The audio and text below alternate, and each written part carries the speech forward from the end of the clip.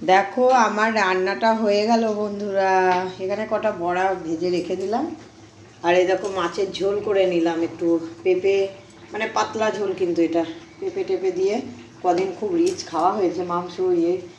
আর এইদিকে একটু সব দিয়ে আলু কুমড়ো সব দিয়ে একটু তরকারি করে দিলাম। এখানে একটু সোয়াবিনের আলাদা তুলে রেখে দিলাম, মানে নিরামিষ খাবে একজন, ওই কারণে। আর এখানে আমি টক করছি, দেখো মাছের মাথা টাথা দিয়ে ঝাল টক সবজি দিয়ে বড়া টড়া তুলে টক করেছি।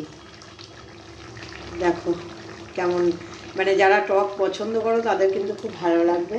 টকটা হয়ে গেল, আর এখানে আমি ভাতের জল বসিয়ে দিয়েছি, ভাতটাও বসিয়ে দিলাম আজকে আমি, এগুলো ঢাকা দিয়ে দিই তো করে নিলাম। বড়াটা কয়েকটা বড়া রেখে দিলাম। যাই হোক, তো খাবে তো তাড়াতাড়ি চলে এসো। শুভ দুপুরবেলা রান্নাটা আমার হয়ে গেল। তো আবার যদি তোমার পরে ভিডিও করতে পারি তো দেখতে পাবে, সময় পেলেই আমি করে দিই, এটা জানোই তোমরা। তো আমার ভিডিও কেমন লাগে তোমরা তো কিছুই বলছো না। অনেক বন্ধু লিখছো, কিন্তু অনেকেই তো দেখো দেখে আবার সরে যাও। কিছু একটু লেখো, আমার পাশে থাকো, আমিও তোমাদের পাশে থাকবো।